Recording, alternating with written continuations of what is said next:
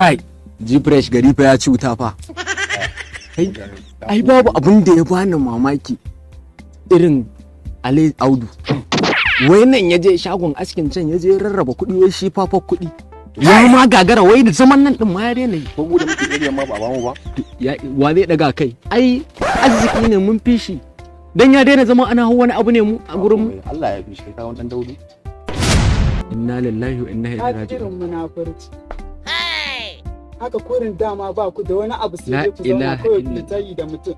To wallahi nan gani nan bari. Ba dama ku ga wucewa ta sai kun tsaya kun gaya min magana. To wata ran sai kun zo guri na kun nema. Ai wallahi kaman da ƙasa ni din nan da kake gani na bari ka ji in gaya maka. Waye ku? Nawa kuke a area ma? Sai dai kawai ku zauna zaman mun zo mun fita.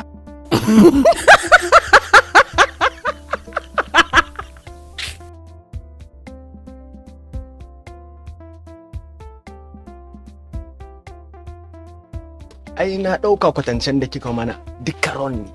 Wallahi Allah ni ma kaga tunanin bada nake ta yi kenan kafa mu zo wa fa gidan bane. Kana ganin yanayin ta kai ka san ba irin matan nan ne da zaka ji an ce wai sun yi kurɗa ba. Hege baki. Wallahi ya za a yi na hukuncin da ba na gaskiya ba.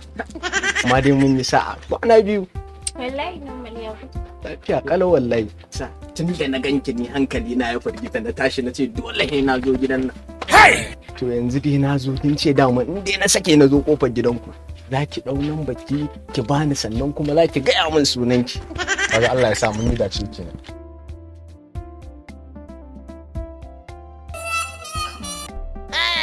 Wai kai tsaya don Allah. Ko kuma bari je in fara ta kanki. Ni ba tana son irin waɗannan jagaliyar suke zuwa kofar gidanmu ni na fi so in ga an faka da mota yauwa amfanin zunubi romo mutanen da suke zaman kashe wando ke kin san matsiyar da suka yi min ranna rashin arzikin da suka tata min ko dan ban zo na faɗa ba to in dai kina kishi na gaskiya ki tafi gida yauwa kai kuma bari ka ci in gaya maka daga yau sai yau